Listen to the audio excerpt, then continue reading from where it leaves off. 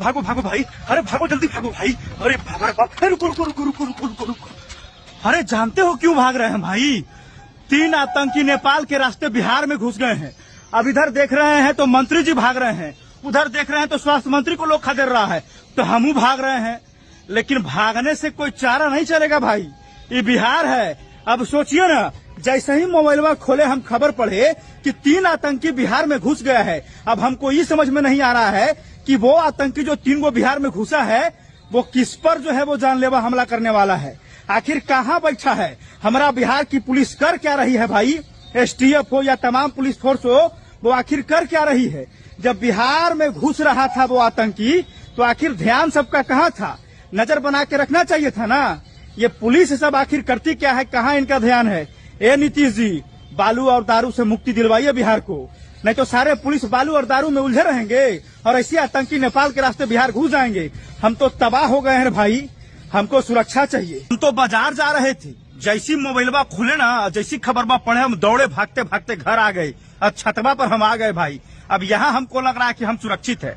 हालांकि घबराने की कोई बात नहीं है, ये आतंकी बिहार आए हैं, इनको मालूम नहीं है कि बिहार में पुलिस तो छोड़ दीजिए, यहाँ की जनता ऐसा है ना कि पूरा नोच लेगा शरीरवा कह को जो है मंचवा। इसलिए बिहार में अगर आतंकी घुसे हो तो थोड़ा सावधान हो जाना। लेकिन हम एक सवाल फिर करेंगे, कल बिहार सरकार के एक मंत्री को खदेड़ दिया गया था, कुछ दिन पहले जो है वो मंगल पांडे को खदेड़ दिया गया था। भाई ये आखिर कब तक चलता रहेगा बिहार में?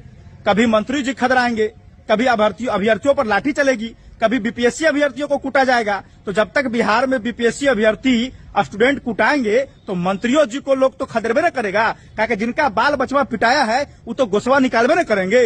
लेकिन अब कहना हमारा ये है कि आखिर वो आतंकी जब बिहार में घुसे हैं तो बिहार पुलिस आखिर कुछ न कुछ तो तरीका अपना ही लेगी उन लोगों को पकड़ने के लिए।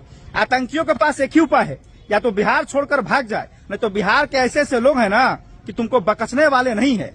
अब ये मामला सिर्फ जो है वो खबर तक नहीं रहा, बिहार पुलिस मुख्यालय ने अपडेट भी किया है और कई जिले के एसपी को जो है वो सतर्क रहने के लिए भी कहा है। और साफ तौर पर जो है वो कहीं ना कहीं ये बताया गया है कि आप लोग सावधान रहिए। तो जो सीमावर्ती इलाका है वहाँ पुलिस जो है वो पूरी तरीके से चौकस है।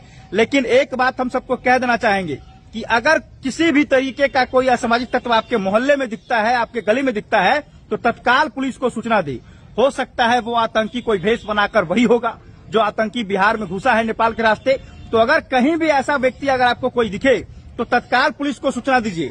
आपको उससे ना बातचीत करने की जरूरत है, ना पहचान बनाने की जरूरत है, आप सीधे पुलिस को फोन कर दीजिए।